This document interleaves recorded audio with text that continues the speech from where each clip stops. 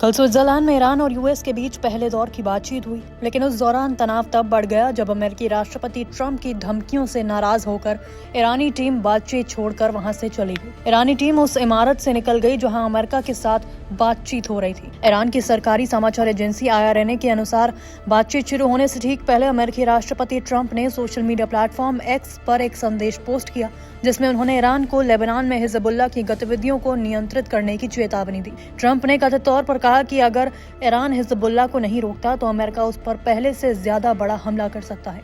IRNA का दावा है कि ट्रंप के इस संदेश को ईरानी प्रतिनिधिमंडल ने बातचीत के दौरान दबाव बनाने की कोशिश के रूप में देखा। एजेंसी के मुताबिक ईरानी प्रतिनिधिमंडल ने मध्यस्थ देशों में शामिल कतर के प्रतिनिधिमंडल के साथ बैठक की और इसके बाद कुछ समय के लिए उस इमारत से बाहर निकल गए जहां अमेरिका के साथ वार्ता चल रही थी।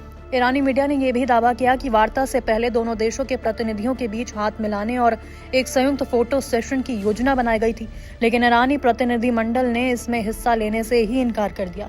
इसे ईरानी असंतोष के संकेत के रूप में देखा गया। हालांकि अमेरिकी पक्ष ने इन दावों को पूरी तरह स्वीकार नहीं किया। स्विट्जरलैंड में मौजूद एक अमेरिकी अधिकारी ने कहा कि ईरानी प्रतिनिधिमंडल ने वार्ता छोड़ने की कोई आधिकारिक सूचना नहीं दी है और वो अब भी बातचीत की प्रक्रिया का हिस्सा बने हुए हैं। अमेरिकी अधिकारी के मुताबिक बातचीत पूरी तरह समाप्त नहीं हुई थी और संपर्क जारी था। तनावपूर्ण माहौल के बावजूद अमेरिका और ईरान के बीच लगभग 82 मिनट तक बातचीत हुई। ये वार्ता पाकिस्तान और कतर की मध्यस्थता में आयोजित की गई थी। दोनों देशों की भूमिका इस बातचीत को आगे बढ़ाने में महत्वपूर्ण बताई जा रही है। वार्ता के दौरान कई आर्थिक और रणनीतिक मुद्दों पर भी चर्चा की गई। सबसे प्रमुख विषय ईरान की विदेशों में फ्रीज की गई संपत्तियों का था। ईरान लंबे समय से उन अरबों डॉलर की संपत्तियों की वापसी की मांग करता रहा है जो अमेरिकी प्रतिबंधों के कारण अलग अलग देशों में रोकी गई है। इसके अलावा ईरान के तेल और पेट्रोकेमिकल क्षेत्र पर लगाए गए प्रतिबंधों में संभावित डील पर चर्चा हुई। ईरान के लिए ऊर्जा निर्यात उसकी अर्थव्यवस्था की रीढ़ माना जाता है, इसलिए इन प्रतिबंधों में राहत तेहरान के लिए बेहद महत्वपूर्ण मानी जा रही है। ईरान के विदेश मंत्री अब्बास अराक्ची ने वार्ता के बाद सोशल मीडिया प्लेटफॉर्म एक्स पर एक संदेश जारी किया। उन्होंने दावा किया कि पाकिस्तान और कतर की लगातार मध्यस्थता के कारण लेबनान युद्ध को समाप्त करने की दिशा में महत्वपूर्ण प्रगति हुई है। अराक्ची के मुताबिक ईरान के तेल और पेट्रोकेमिकल निर्यात पर लगी रोक हटा दी गई है। अमेरिकी आर्थिक नाकेबंदी समाप्त हो गई है। ईरान की फ्रीज की गई संपत्तियों को जारी कर दिया गया है। बड़े पैमाने पर पुनर्निर्माण और विकास कार्यक्रम शुरू किए जाने पर सहमति बनी है। उधर अमेरिकी उपराष्ट्रपति JD वेंस ने वार्ता को लेकर सकारात्मक संकेत दिए।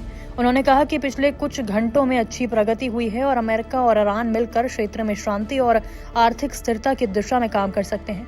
वेंस ने कहा कि ट्रंप प्रशासन चाहता है कि अमेरिका और ईरान के संबंधों में एक नया अध्याय शुरू हो।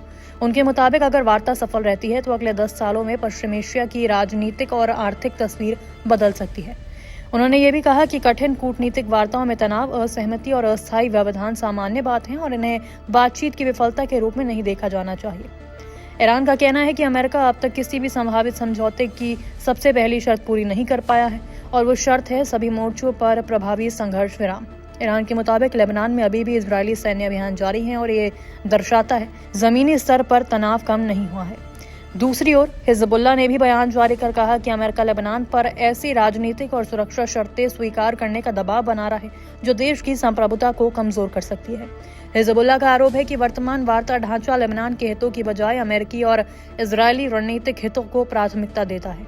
वार्ता के बाद जारी संयुक्त बयान के मुताबिक अमेरिका और ईरान लेबनान में सैन्य गतिविधियों की निगरानी के लिए एक डी-कॉन्फ्लिक्शन सेल बनाने पर सहमत हुए हैं। इसका उद्देश्य होगा सैन्य गतिविधियों की निगरानी, संघर्ष विराम के उल्लंघनों पर नजर रखना, गलतफहमियों को रोकना, आकस्मिक टकराव की संभावनाओं को कम करना। हालांकि इस सेल की संरचना, सदस्य देशों, संचालन प्रणाली और अधिकारों के बारे में अभी कोई विस्तृत जानकारी सामने नहीं आई है।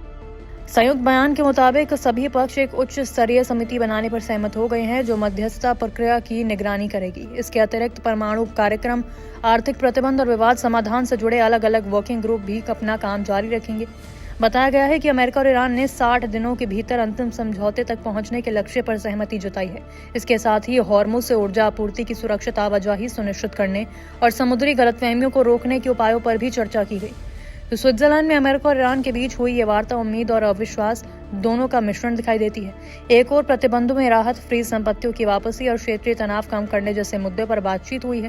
वहीं दूसरी ओर ट्रंप की चेतावनी संदेश, लेबनान में जारी सैन्य गतिविधियों और हिजबुल्लाह से जुड़े विवादों ने साफ कर दिया है कि दोनों देशों के बीच विश्वास बहाली की प्रक्रिया अभी भी बेहद जटिल और नाजुक बनी हुई है। निष्पक्ष, मतलब News 24